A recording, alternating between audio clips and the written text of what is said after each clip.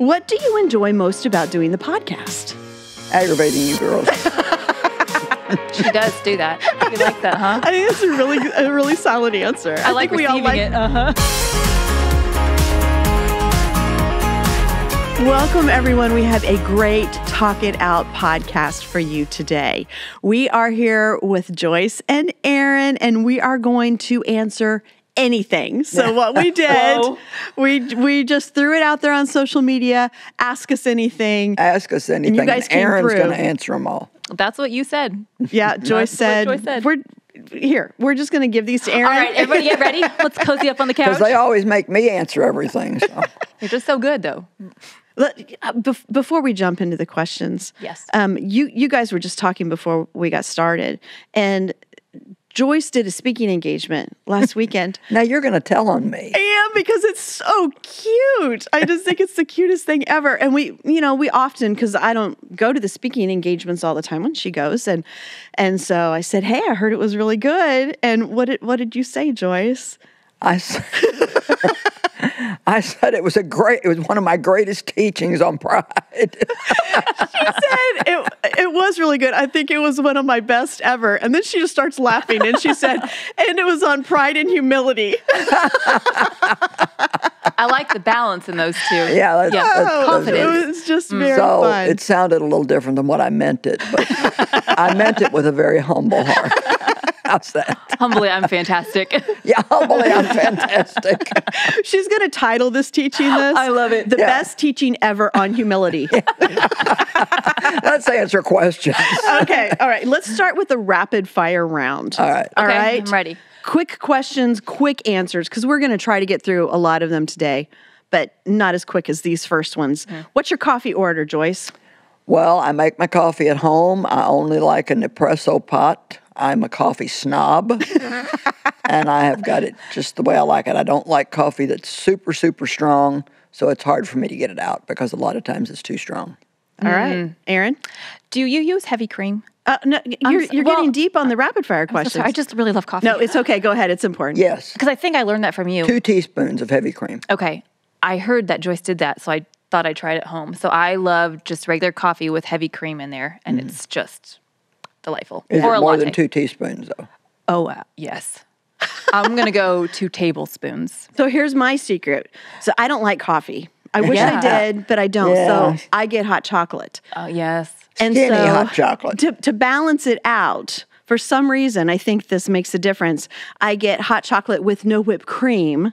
Oh, Yes. Totally. Because all that sugar somehow, I think, is balanced out by not putting whipped cream on it. It sucks it out. Anyway, yeah. And I'm a hot chocolate snob, too, because all hot chocolates are not equal. No, they're You not. are. Okay, all next thing. coffee's definitely not equal. That's true. What do you enjoy most about doing the podcast? Aggravating you girls. She does do that. You like that, huh? I think that's a really solid answer. I like think we all receiving like it. Uh-huh. We all like that for each other. Yeah, we do. We just have fun, and I like to aggravate you. I mean, I love to help the people and answer the questions, but it's just a relaxed atmosphere, and it's just good. Good. Feels like real life. Just to get to enjoy community with friends and encourage each other. Yeah. It's my favorite. I think that's really great. I think it is being able to talk about important, deep, spiritual, biblical things in a really fun way. Yeah. That it's okay as Christians to laugh and be honest and vulnerable. So I think we're all on the God same has page. a very good sense of humor, and we just see him as very rigid and stern and rule-oriented. And I believe that he has a good sense of humor. Yeah, he's fun. The other day I was at the kitchen sink and I was praying about something and something funny came to my mind. You know how God does that? And out loud, I just laughed and I said, "Oh God, you are funny." And Tim walks in behind me and he goes, "Who are you talking to?" So I was just telling God he's funny. Anyway, okay. When you were little, what did you want to be when you grow up? Oh, I love this one. I wanted to be Joyce Meyer. Oh, no, you I did did. not. Have I ever told you that? No. Yes, this is a good way to Now, start wait this a minute. day. Now you're telling how old I am and how young you are. Oh, I was a wee You child. were little when I was an adult? Well, I'm not sure how to answer that. Yes. I grew up listening to you. My parents did. And so I thought, she's so great and she loves Jesus. Wait, your parents grew up listening to her? Oh, I'm sorry. That sounds Come on. No, I was growing up and my parents were listening to Okay. her. Yes. Good. Thought she's a cool lady. I'd like to be like her when I Well, grow up. that's a compliment. That's very nice. That's yeah. really nice. You know, because I was in a situation of being sexually abused by my dad, I pretty much every day of my life was just survival. I didn't have any particular aspect to be anything except I do remember thinking, and I hope this doesn't sound prideful because I think God put it in my heart. I remember thinking, I am going to survive this and someday I'm going to do something great. Oh, a lot of people can amazing. relate to that, I'm sure. Yep. Yeah. I'm sure. I didn't know what it was, but I felt Yeah. like, and God put that in my heart. That's Yeah. really good. I wanted to be everything. Yeah. I wanted to be the president. I wanted to be an astronaut. I wanted to be a surgeon. I wanted to be a journalist. I wanted to be everything. Wasn't a cowgirl in there? So, yes. Yeah, that's my favorite one of thank all of you them. for A cowgirl, remembering. A yeah. cowgirl, yes. Definitely. Yeah, that was high on the list. Okay. Something that helps you stay organized. People. That's true. good. People that That's help really me. good. People that help me. People that you can count good. on. Yeah. And it's okay to ask for help. Yes, it's okay to ask for help. The busier you are, I should say, the more you produce in life. You know, there was a time in my life when I could organize myself, but then there came a time where I was just so busy putting out the word that I needed people to keep other things organized Yeah, for me. that's a really good answer. Yeah. Like now, they tell me go here, go there. Do you do it? Do you go where they? Well, if it has to do with work. Then we're back to that aggravating people thing that she enjoys. I called Ginger the other day. You're going to get a kick out of this. And, well, this sounds terrible, but I either order food out or get somebody to cook it, and I had not used a can opener in a long time. So I couldn't work my can opener. I had to call my daughter to my house to show me how to use the can opener. So I thought it was so funny. I called Ginger, and I wanted to tell her that because she's a terrible cook. So I thought she would think that was good. And I said it was one of those can openers you had to open the can from the top. Oh, those are hard. They're hard. Yeah. But she said, well, if you didn't open it from the top, where else would you open it? That's a really good point. I said, if you're opening it from the bottom, it's just going to make a mess when you open it. I laughed so hard. Was it an electric kind? Or the kind you like No, crank by? it's a kind. Oh, that's hard. And I couldn't get it clamped on there. No, you had to do it just right. Well, between the two of us trying to cook a meal, we couldn't even open a can. So I suggested her and I get together and cook a meal. Yeah. I said, let's do something really hard like chicken and dumplings and bake a pie. Y'all would be so hungry. We can bring in the TV cameras and do a cooking show. I want to come watch. It would be something. Okay, an embarrassing moment. Too hard to think of. I block them out when they happen. So whenever anybody asks me this, I can't. That's embarrassing. I just said that. No, that's good. Okay, I got one. So we were overseas and we were in the Amazon jungle. There's this giant tree with these amazing long vines that hung from it. So everybody was taking turns doing like the Tarzan thing, Yes. swinging from the vine. And there was even a loop to put your foot in. So it's supposed to be really easy. I took my turn and I got so tangled up in that vine, I turned upside down and I was basically swinging with my rear end, like up in the air. Everybody had to run and grab me and rescue me and stop me. It was very humiliating. That's My big very good. Tarzan moment was a disaster. What a good story, though. It Wow. was worth it. So then I just sat down in the little loop and swang like a 4-year-old. But I guess my most embarrassing things have been once in a while on the platform, I'll say something and I don't realize what I've said. And everybody just laughs their head off. I can think of a few of those that I can't share. And then Later. I even said something one day, and I won't say what it was, but my son told me later, Mother, you cannot say that on the platform. And I said, well, why? He said, because it doesn't mean now what it meant when you were young growing up. That's hilarious. Oh, okay. Well, let's move on into some of the other questions. All right. And again, like Joyce said, we won't spend a lot of time because most of these questions we could spend an entire episode on. Yeah, right. So, what makes you feel confident? I think this is encouraging to people. great question. Yeah, what makes you feel confident? I think that when I preach what I think is a really solid, good message that has really helped people, I always feel really good when I'm finished. That's good. That is good. Yeah.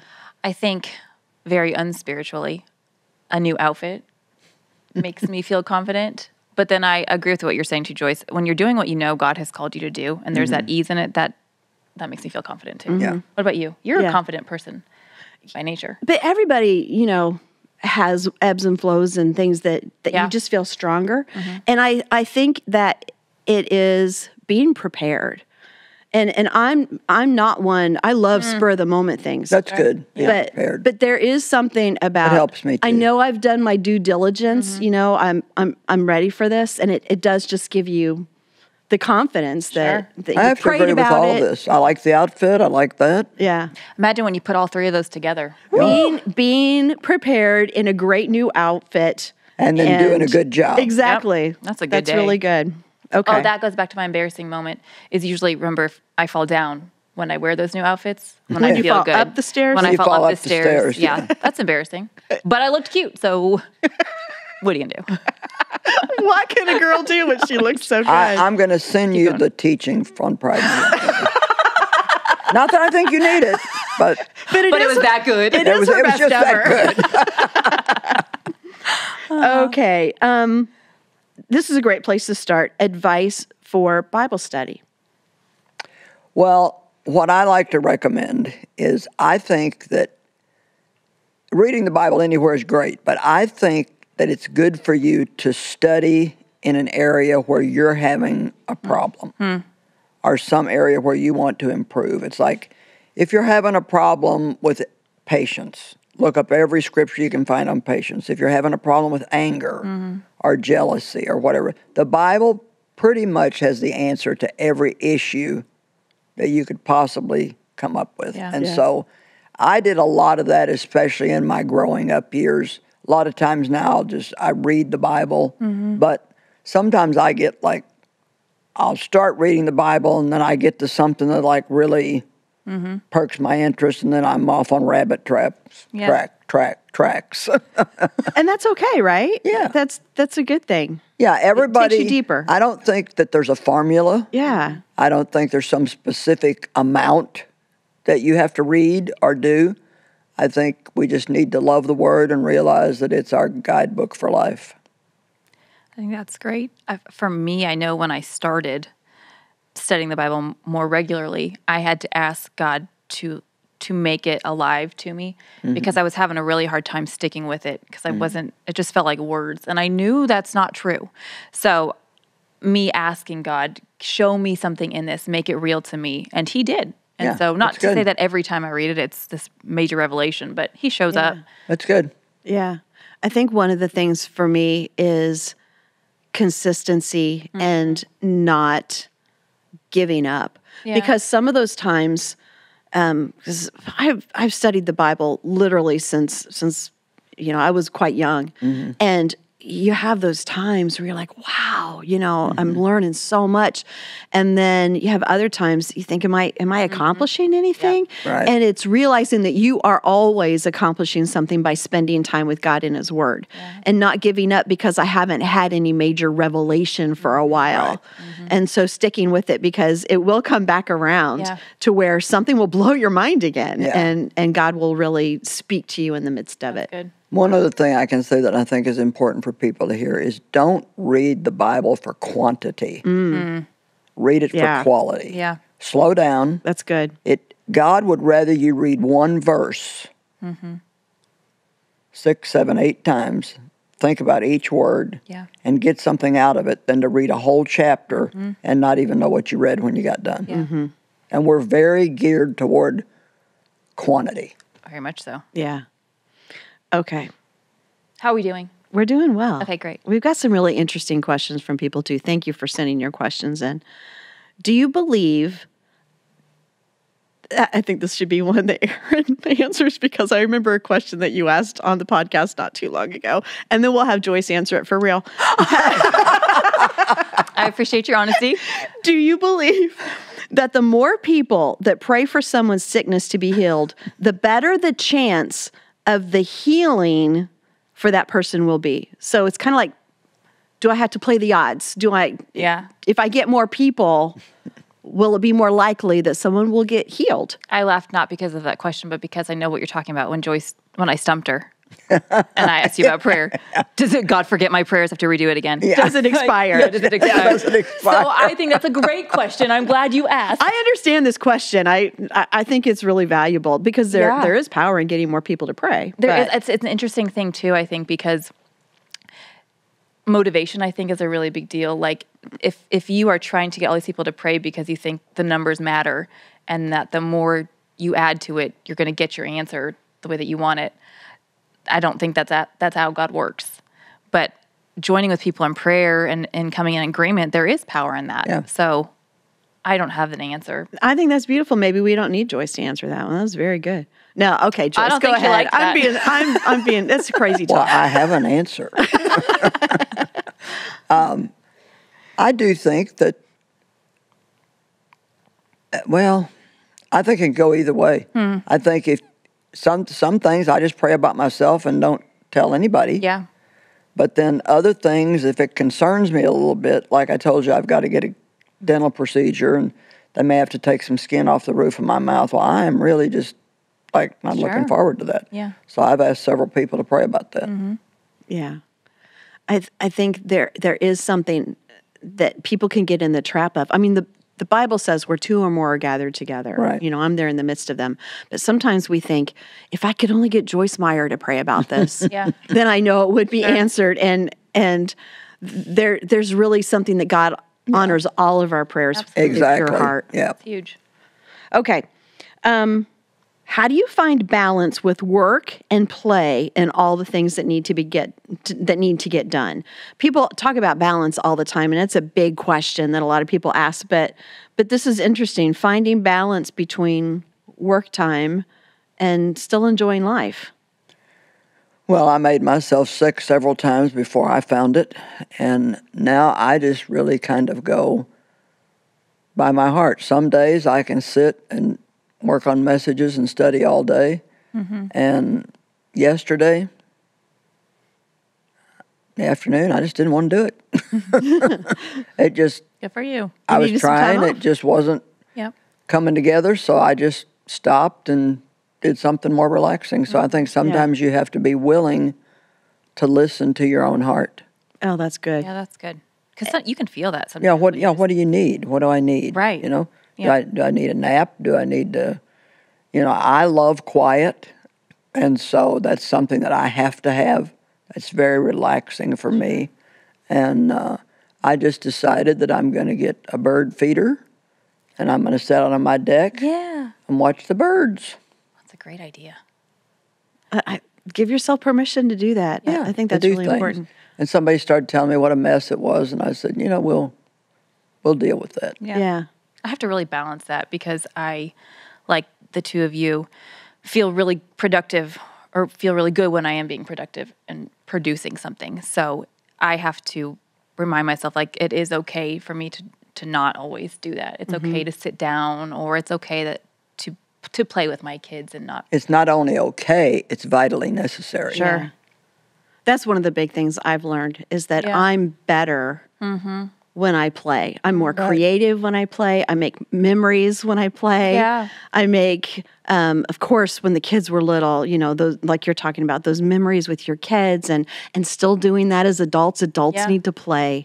And I think there's something that God kind of ordained in time that is not the expected. And he often really works through some of those It took me things. a long time to learn to play because I didn't really have a child in me. Because of being abused in my childhood, I felt like I was always an adult. Sure. I was always having to keep this secret and be responsible for something. And That's a lot of pressure. just this morning, I told my daughter, I said, in June, I have 4 adult children. I said, I want all of you kids and me, I want to go to the zoo. Oh, I love nice. that. So we're going to go to the zoo. Yeah. Can you imagine how much fun we'll have at the zoo with That will David be and Danny? so fun. Oh, So I'm going to go skipping through the zoo. that's so fun. I think it's the small things like that too. It's also not always some big, huge, fun moment that we're going to have. Yeah, it doesn't always have to be expensive and cost a No. lot of money. And No. matter of fact, I think sometimes the more just unplanned things Yes. Yeah. work better. I agree. You can play a game with somebody and laugh harder than if you try to pay a bunch of money to go somewhere to laugh. Yeah, that's true. So true. Sometimes just trying to open a can with a can opener. Yeah, That's fun. that gave us a good Play that laugh. you More need. dangerous. It did. It gave us a good Oh, laugh. I had a good one last night. Dave, doesn't hear well. And I had a little problem, but his is worse. And I told him about somebody that was going to take a new position at the office. And he said, "Oh, well, who is that?" And so I said, "Oh, you remember him?" I said, "He's the kind of shorter guy." And I said, "His daughter was sick 15 years ago. She had cancer. And we prayed for her along with a lot of other people, and God healed her." And he looked at me with this deer in the headlights look. He said, "We prayed for her dog and it got healed. We prayed for his dog and it got healed." But it was hysterical. See, it's not funny now, but it was hysterical. I mean, I was almost in the floor. Okay, next question. I think we're done with that one. That didn't go over too good. No. Most embarrassing moment. Told a joke on Talk It Out and it didn't work. Do it again. We'll laugh harder. All right. Say it Yeah. again. You guys weren't very good to me. All right, here's an interesting question. How do you balance having hope and faith that God can intervene versus just being delusional that and that's Good how they said question. it, but it's a really good question. Like how do you balance? Can I ask a question with the question? Is how does that what that question says? How does that work when it's in terms of healing? Because you want to have faith and hope that God is going to heal your loved one or whatever the circumstance is, but to not be, what was the word she used? Delusional. I just think that's a trap we can sometimes get ourselves into. What does that look like? Well, I think that you always believe. Jesus said, "Who will I find in faith when I come back?" And I believe that everybody is healed, but I think some people get it when they cross over to the other side. Yeah. And I just reread something again the other day that just keeps coming back to me. God always answers prayer, but sometimes he says no. And he knows what he's doing. We can trust him. And just because we want somebody to stay here doesn't necessarily mean that it's not their time to go. Which then means your faith and your hope is not delusional. Right. No. It's just not the... But I would always believe. I would Sure. believe until the last second. Yeah. Because that's what God tells us to do. Yeah. And That's good. So the question is, what is your faith in? yes, right. Is your faith in getting what I want? Yeah. Or is it in God? Or That's is it very good? Yeah. Yeah. That was really good. You Very should write good. that down. Best, Joyce and I. best answer of the day. Yeah. Should we stop? That won't last long. We have so many good ones. Okay, this is big for everybody. How do you handle fear? The fear of everything going wrong, anywhere, at any time. The world seems out of control. So how do I handle fear? I just don't think about it. But that's not very So helpful. denial is one way to Yep. go. Yeah, denial Yep. works. It's just not. Just pretend it's not happening. No, I think like the fear of what's happening in the world, to me, I think I can't control it anyways, so I'm not going to give myself the time to worry about it. But I know that's agree not with easy. that. Is that the kind of fear you were talking about? Fear Well, of what's happening she in the mentions world? that, but also the fear of everything going Everything. wrong. So I think with something like this, anywhere, anytime, I think a lot of it is being out of control, right? Yeah. I can't control what might happen Right. to one of understand my that. children. I can't control what's happening in Right. the world. You have to not take a false sense of responsibility. Now, some fears you have to confront. You do it afraid. But the kind of fear she seems to be asking about, I think, is the kind where you have to realize, like you said, you're not in control. You can't, you trust God that Yeah. he'll make it work out. What I found too is when you trust God and your worst fear still seems to come true is very difficult. And working through that, learning that even in that you can still trust God Yep. because there's so much more past what we just experienced in this moment. And living through fear, I think, teaches you more than anything else of how to deal with fear, because you can't live in fear, but God can help you through fear. So many things you fear don't happen. Yeah, right. They say that fear, F-E-A-R, means false evidence appearing real. The devil always shows you the worst case scenario. Yeah. And sometimes it happens, but most of the time it doesn't. Yeah, yeah. How do you forgive someone that has passed away? Oh. Or do you even have to? Well, I think sometimes for you, you need to. I mean, I've heard people say they went to the person's gravesite, told them they forgave them. Sure. I think verbalizing it is good, you know. Father, I forgive you. Or, Yeah. It is more for you, right? yeah, Absolutely. It's more for you. It's forgiveness actually is always for you. And it's not based on because they're no longer here. They're not going to ask for forgiveness. And forgiveness is always for you because it doesn't, you forgiving the other person doesn't really help them. It helps you. They still have to deal with God about what they did. But you don't need to keep drinking the poison. Because even if they were still here, you still may not get what you want from them. Right. Exactly. Exactly. Regardless of where they are. Yeah, it really is about what you need to do to let go. Yeah. That's hard, though. It is. That's It's a hard really one. hard. Yeah, But it sets you free. absolutely. Yeah. It does. Absolutely. Forgiveness is so important. I think it's one of the most important things in the world today that needs to take place. There's so many people that are angry, and we need to forgive and realize that we can trust God. Yeah. I love this question. This says, Joyce, I where love it already, too. where are the strong character, single, godly men? Ooh, good Question one. mark, exclamation point, question mark, exclamation point. Where are they, Joyce? Where are they? Where are they, Joyce? Well, I've got one at home that I've had for 50 But he's not single. But no, that's right, he's not single. Where are they? Well, I understand people asking the question. It's I'm a sure great it's a hard, question. yeah, it's a hard. I think it has to be a divine intervention. I think God has to bring him on. They're not in the bar. I don't think. I would hope the church would be the best place to find one, but There's some losers there too. there's losers there too. But I think that you need to put yourself in a position where you might meet someone, like get in a singles group. You know, don't just go sit in church and think because you're sitting there, Mr. Wonderful is going to walk up and say, will you marry me? But I understand the question. It's hard to wait, but Yeah. they're out there. You just got to trust God for I call it a divine connection. You know, one thing I will tell you not to do, because I did it, don't get desperate and marry somebody just because you're afraid you'll never have anybody. Yeah. Because I did that when I was 18, and of course it didn't work, and he cheated on me, and it was just a nightmare. Yeah.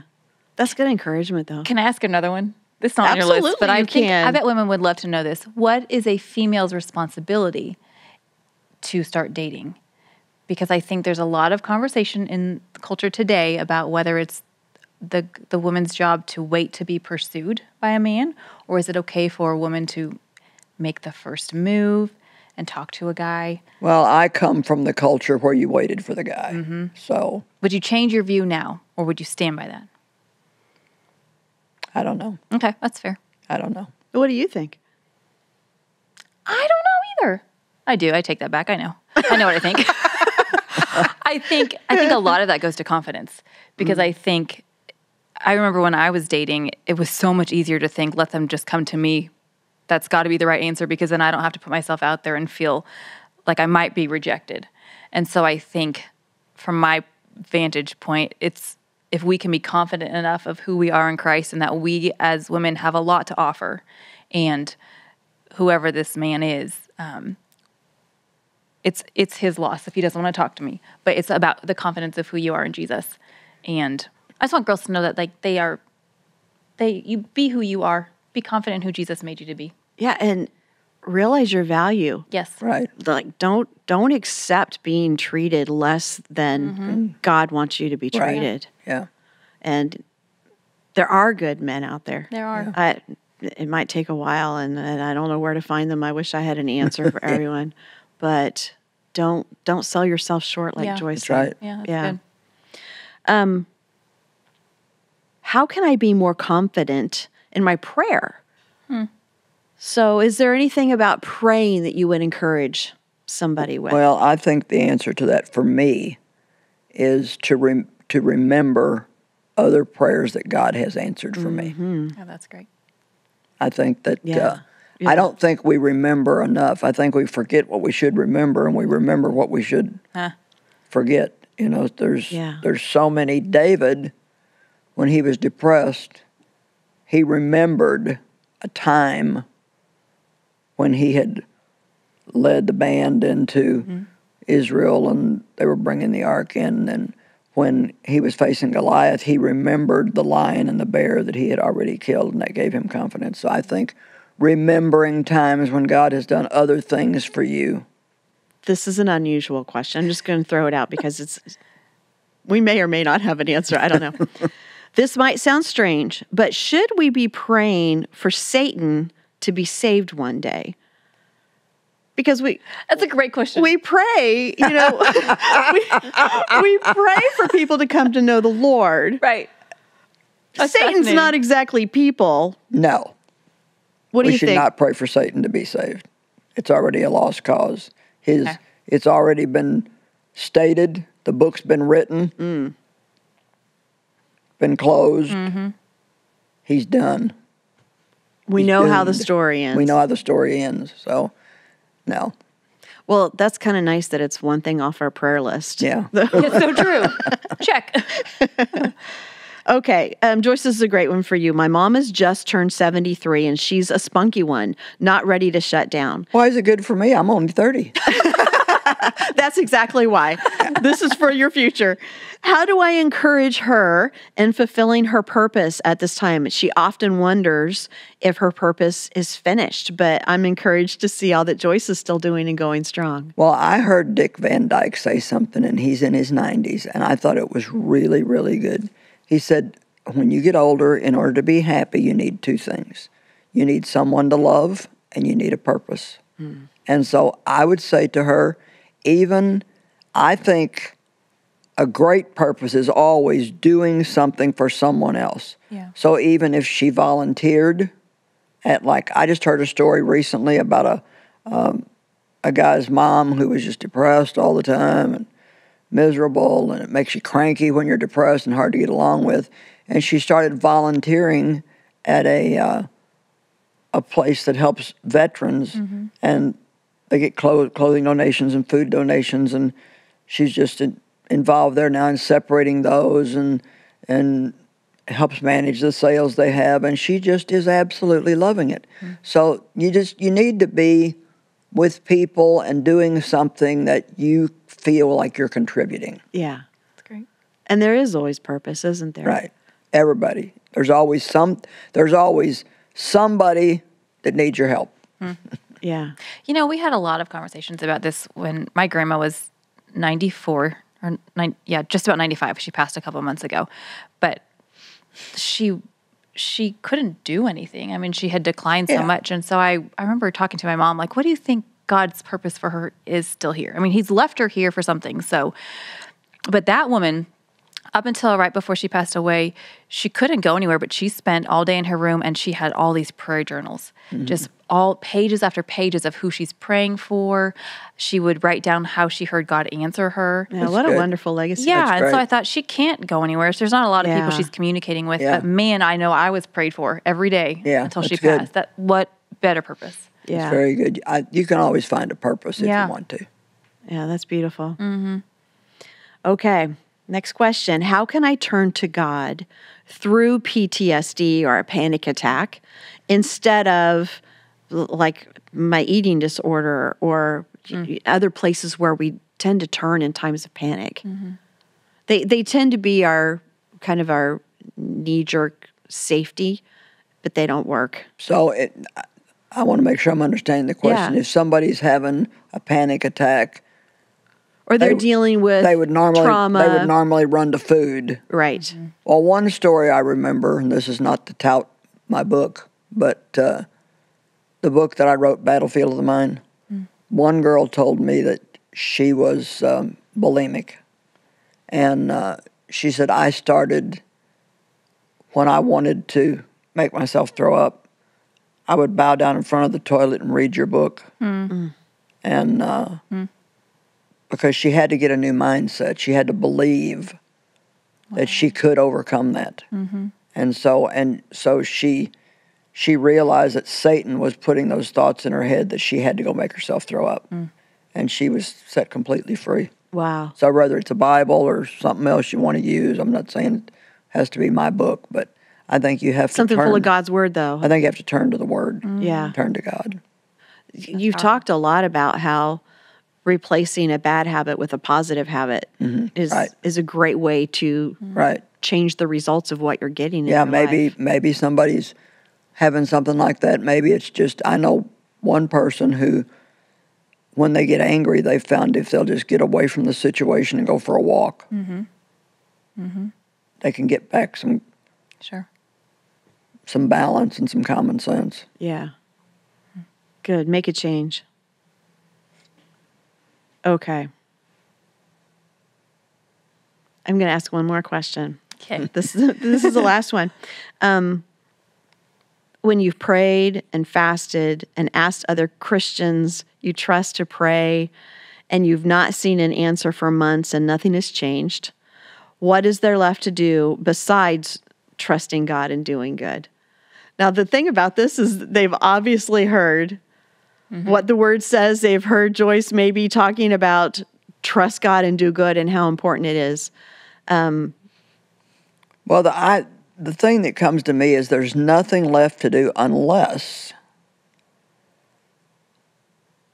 maybe I'm wrong, but maybe God has told this person to step out in something and they're not being obedient. Because I have found for me that a lot of times when I pray, God doesn't just clear the situation up for me. He shows me something that I need to do. You know, like I was having really bad stomach problems one time, and he showed me it was the mints I was eating. They had something in them that they were sugar-free, so they had something in them that was bothering my stomach. And, you know, little things like that are, so I don't know. But I mean. So ask God the questions. Yeah, show me. Is there something that you want me to do? And if not, then there is no end to prayer. Jesus said, there's no end to trust, there's no end to prayer. Jesus said, who will I find in faith when I return? I think that's Luke 18:1. We're not to faint in prayer, we're to continue to pray. And so you never, I prayed for my dad on and off for 30 years before he finally gave his life to the Lord. So when do you say, God's not going to answer my prayer? Yeah. And I think also you might consider at that point, am I asking for something that is out of God's will? Yeah. You know. Well, I also think and I can relate to what they're saying.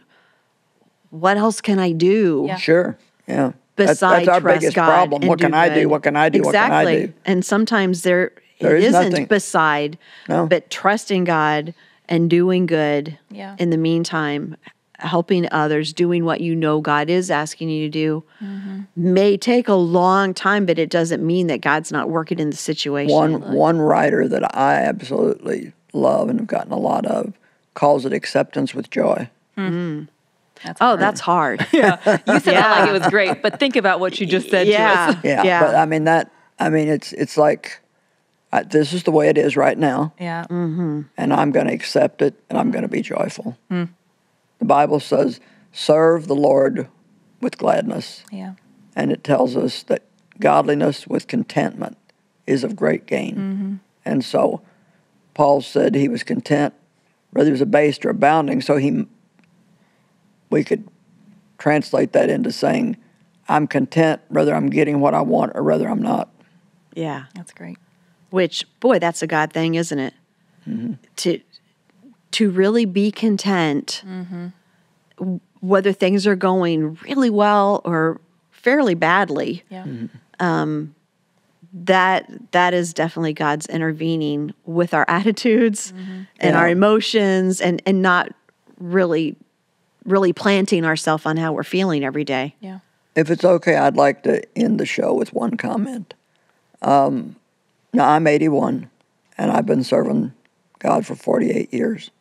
And so, obviously, I've learned a lot during that period of time, tried everything imaginable to get what I wanted. I've failed. All these I understand every one of these questions. I relate to them. Don't think any of them are foolish. Ask them. We're glad to answer. But the bottom line of it all comes down to trusting God.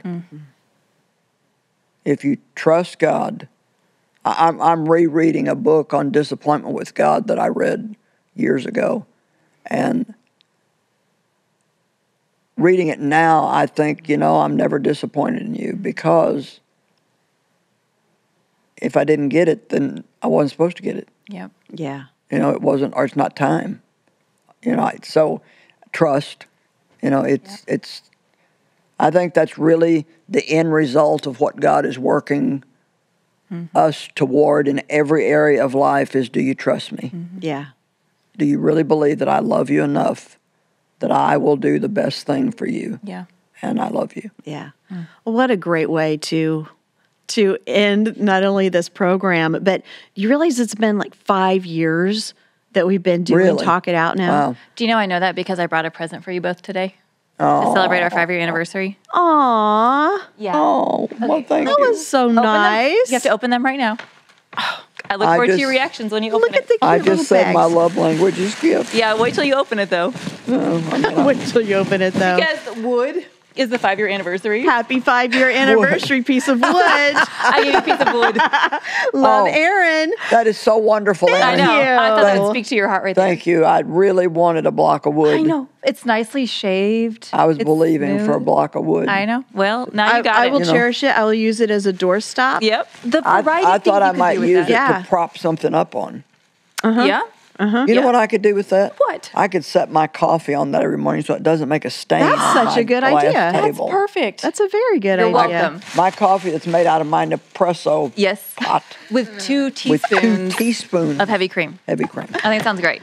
Thank you, Aaron. Oh, you're welcome. That was just silly. And thank you guys for being a part of the podcast and all of our friends who are such a big part of what we share all the time. Like Aaron was talking about, just the community of being able to share real life experience and They got a to real watch us life be God. silly today. We were silly.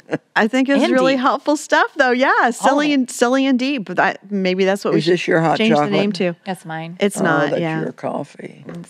Get your hands off my coffee. God. Do you need some? Do you need a little coffee as we close out? No, I need to get home before the storm starts. Yeah, it's getting dark in the windows. So we do want to remind you that we're going to take a little break for the summer. We'll take a little bit of time off, but we will be back in the fall, and we can't wait to see you all again then. So go to joycemeyer.org/talkitout and catch up on any episodes that you might have missed, and be watching because we'll have some special things here and there that you might want to check out. But we love you, and we will see you in the fall.